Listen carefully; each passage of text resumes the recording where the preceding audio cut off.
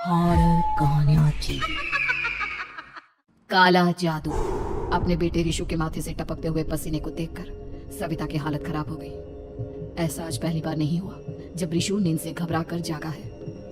हाय मेरा बच्चा, न जाने किसकी नजर लग गई है तुझे। जब से मेरे बच्चे ने 10वीं के एग्जाम में स्कूल टॉप किया है तब से रोज बुरे बुरे सपने आने लगे हैं। हाँ माँ, मैंने आज फिर से एक काले साए को देखा। वो यहीं मेरी आंखों के सामने खड़ा था। माँ माँ मुझे बचा लो माँ। वो मुझसे कह रहा था कि मुझसे बदला लेगा। माँ कहीं ये प्रशांत। चुप कर, कैसी बात कर रहा है? दोबारा उसका नाम मत लेना। तुझे पता है ना उस प्रशांत ने आत्महत्या कर ली, तो बार बार उसका नाम मत लिया कर। मम्मी, क्या सच में प्रशांत ने आत्महत्या की थी? चुप कर, बहुत सवाल पूछता है आजकल। और फिर रात के वक्त सविता के पूरे घर में एक अजीब सा काला धुआं जाने लगा। गहरी नींद में सोई सविता की जैसे ही आंख खुली उसका दम घुटने लगा। वो दौड़कर रिशु के रूम की तरफ गई जहां उसके दरवाजे पर घूमती एक काली परछाई देख वो बुरी तरह से घबरा गई। कौन है वहाँ? कौन है? सामने आओ। ये मैं हूँ, तुम्हारी काली करतूत। और मैं तुम्हारे बेटे को ले जाने आया हूँ। नहीं, मेरे बच्चे को छोड़ दो प्लीज। मेरे रिशु को कुछ मत करना।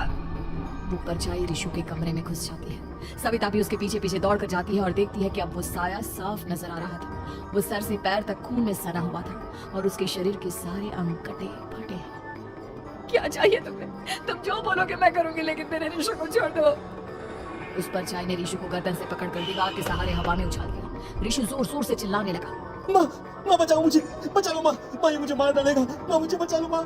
नहीं नहीं, ऐसा मत करो, मुझे मार दो लेकिन मेरे बच्चे को छोड़ दो। मैं तुम्हारे आगे हाथ जोड़ती हूँ। वो परछाई रिशु को जमीन पर गिरा देती है और अचानक वहां से गायब हो जाती है। रिशु, मेरा बच्चा, तू ठीक तो है ना? कुछ बोल बेटा, क्या हुआ है तुझे? मैं ठीक हूँ माँ। क्या हुआ था यहाँ पर? कुछ नहीं बेटा, कुछ नहीं, तू परेशान मत हो। हम कल ही गांव के बाहर जो तांत्रिक महाराज रहते हैं उनके पास चलेंगे। ठीक है माँ, हम जल्द ही उनके पास चलेंगे। मुझे बहुत डर लग रहा है माँ। ये बार बार मुझे डरावने सपने आना, ये सब हमारे साथ क्यों हो रहा है माँ? अगले दिन सविता अपने बेटे रिशु को लेकर गांव के बाहर तांत्रिक के पास जाती है। जिस जगह पर तांत्रिक रहा करता था वो जगह बहुत डरावनी थी। चारों तरफ कंकाल और मूर्तियां नजर आ रही थी। गांव से दूर वीराने में उस जगह पर जोर से आंधी चल रही थी। रिशु ने डर कर अपनी माँ का हाथ पकड़ लिया। माँ मुझे बहुत डर लग रहा है। ये कैसी जगह है? देख बेटा, हमारे साथ जो कुछ भी हो रहा है उसका इलाज सिर्फ और सिर्फ ये तांत्रिक महाराज ही बता सकते हैं। अब यही है जो हमें प्रॉब्लम से बाहर निकाल सकते हैं।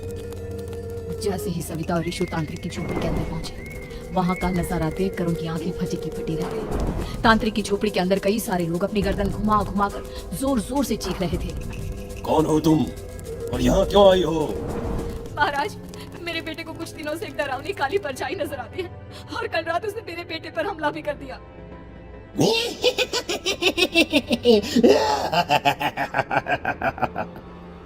मम्मी हमें यहाँ से चलना चाहिए। ये जगह मुझे ठीक नहीं लगती। नहीं बेटा, ऐसा नहीं कहते। रुक जाओ, 2 मिनट के लिए रुक जाओ। क्या कहा? काली परछाई? तुम्हारे बेटे पर किसी काली परछाई ने हमला किया? हाँ महाराज, वो कह रही थी कि वो मेरे बेटे को कुछ कर देगी। कोई उपाय बताइए महाराज, मेरे बेटे के साथ कुछ गलत नहीं होना चाहिए। तुमने किसी दूसरे के साथ गलत किया है तो तुम्हारे साथ भी गलत होकर ही रहेगा। तुमने किसी की जान ली है, किसी को मार डाला है तुमने। नहीं महाराज, मैंने ऐसा कुछ नहीं किया। मैंने किसी की जान नहीं ली। मुझे कोई उपाय बताइए। लगता है तुम इतनी आसानी से नहीं मानोगी।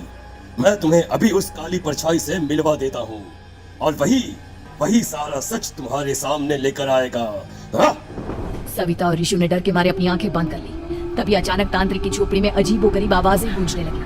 सविता और रिशु बुरी तरह से कांप रहे थे। आंखें खोलो और अपने सामने देखो। क्या यही है वो जिससे तुम कल रात को मिली थी? बताओ मुझे। हाँ, इसने कल रात मेरे बेटे के ऊपर हमला किया था। ये उसी लड़के की भटकती हुई आत्मा है जिसे कुछ दिन पहले तुमने मार डाला था। मम्मी ये महाराज क्या कह रहे हैं? क्या सच में आपने किसी की जान ली है, किसी को मार डाला है? अगर हाँ तो बताइए ना मम्मी, किसको मारा है आपने? किसको? तुम्हारी माँ इतनी आसानी से सच नहीं बताएगी बेटा। इसने एक बच्चे की जान ली है। कहीं उसका नाम प्रशांत तो नहीं महाराज? वो मेरा दोस्त है, मेरा मतलब मेरा पड़ोसी है। सही पहचाना। देखा सविता, तुम्हारा खुद का बेटा भी जानता है कि तुमने किसी के प्राणों की बलि चढ़ा दी, और इसीलिए अब उसकी बुरी आत्मा तुम्हारे घर में भटकती है। मुझे माफ कर दीजिए महाराज, मुझसे बहुत बड़ी गलती हो गई। प्रशांत हमारे पड़ोसी का बेटा था। हर बार उसके नंबर मेरे बेटे से ज्यादा आते थे, और इसलिए मैंने उसके कमरे के बाहर काला जादू किया था, पर मुझे नहीं पता था कि वो मर जाएगा। तुम्हारे उसी काले जादू वाली गुड़िया के अंदर एक बुरी आत्मा थी, जिसने उस बच्चे के दिमाग पर बुरा असर कर दिया, और उसी की वजह से उस लड़के ने अपनी बालकनी से कूदकर आत्महत्या कर ली। इसकी वजह सिर्फ और सिर्फ तुम हो, तुम। नहीं नहीं महाराज, जो कुछ भी हुआ मुझे नहीं पता था कि प्रशांत अपनी जान दे देगा।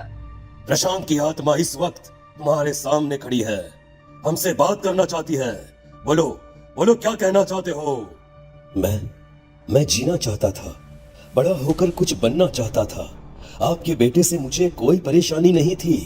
अरे वो तो मेरा अच्छा दोस्त था। मुझे माफ कर दो बेटा, मुझसे बहुत बड़ी गलती हो गई, मुझे माफ कर दो। माफ करने से मुझे वापस जिंदगी नहीं मिल जाएगी। मेरे माँ बाप आज भी मेरे लिए रोते हैं। आपने मेरे साथ बहुत गलत किया है, बहुत गलत। और तभी अचानक प्रशांत की आत्मा वहां से गायब हो जाती है।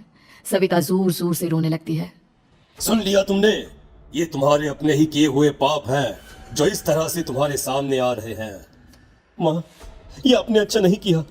सिर्फ 10th बोर्ड के एग्जाम में मैं टॉप कर पाऊं, इसीलिए आपने मेरे दोस्त के ऊपर काला जादू कर दिया।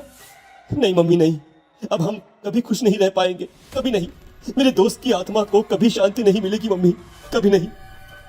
लेकिन मैंने जो कुछ भी किया सिर्फ तुम्हारे लिए किया। वो लड़का हमेशा फर्स्ट पोजीशन पर आ जाता था, और इस वजह से हमेशा तुम्हारे मार्क्स कम पड़ते थे। मैंने तो सिर्फ उस पर एक छोटा सा काला जादू किया था बेटा। मुझे क्या पता था कि उसका ये नतीजा निकलेगा। जिस गुड़िया को तुमने उस लड़के के कमरे के दरवाजे पर लगाया था, दरअसल उसके अंदर एक बुरी आत्मा का प्रवेश हो गया था, जैसा कि अक्सर काला जादू करते समय हो जाता है। मुझे अपनी गलती का एहसास हो गया है, मैं प्रायश्चित करना चाहती हूँ। आप बताइए मैं क्या करूँ? प्रशांत के घर जाकर उस काली गुड़िया को वहां से निकालकर यहाँ लेकर आओ। मैं उसे आग में जलाकर राख कर दूंगा, और उसके बाद प्रशांत की आत्मा को हमेशा के लिए मुक्ति मिल जाएगी। अगली रात सविता चुपचाप अपने पड़ोसी प्रशांत के घर जाती है। प्रशांत के माँ बाप प्रशांत की मौत के बाद उस घर को छोड़कर हमेशा के लिए वहां से चले गए थे। जैसे ही सविता उस घर के अंदर कदम रखती है, उसका सामना अजीबोगरीब हैवानियत से भरी आवाजों से होने लगता है। ऐसा लग रहा था जैसे कोई बुरी तरह से चीख रहा हो। सविता जैसे ही प्रशांत के कमरे के बाहर पहुंचती है, वहां पर लटकी हुई गुड़िया के शरीर से खून टपकने लगता है। ये क्या हो रहा है? इस गुड़िया के शरीर से खून क्यों टपक रहा है? सविता हिम्मत करते हुए उस गुड़िया को वहां से उतारने की कोशिश करती है, लेकिन तभी अचानक से बहुत भयानक दिखने वाली औरत उसकी आंखों के सामने आकर खड़ी हो जाती है। मैं यहाँ से कहीं नहीं जाऊंगी, और अगर तूने मुझे यहाँ से हटाने की कोशिश की तो मार डालूंगी मैं तुझे। नहीं नहीं, मुझे तुम्हें यहाँ से ले जाना ही होगा, नहीं तो मेरा बेटा, उसकी जान को खतरा है। मैं तुम्हें नहीं छोड़ सकती। अगर तुम्हारे अंदर हिम्मत है तो मुझे इस घर से बाहर ले जाकर दिखाओ। और ऐसा कहकर वो औरत सविता के ऊपर हमला कर देती है और उसे हवा में उछाल उछाल कर जमीन पर पटकती है। लेकिन तभी अचानक मौका देखकर सविता अपने हाथ में ली हुई सुई उसके हाथ में चुभो देती है। हाथ में सुई लगते ही वो औरत जमीन पर तड़पने लगती है। ये क्या किया तूने? ये क्या कर दिया? तुझे ऐसा नहीं करना चाहिए था। तांत्रिक ने मुझे कहा था कि तुझसे जीतने का सिर्फ यही एक तरीका है जिससे मैं अपने पापों का प्रायश्चित कर सकती हूँ और अपने बेटे की जान बचा सकती हूँ। और उसके बाद वो डरावनी दिखने वाली औरत एक छोटी सी जादुई गुड़िया में तब्दील हो गई और सविता ने उसे ले जाकर तांत्रिक को दे दिया। तांत्रिक ने जादुई गुड़िया को आग के हवाले कर दिया।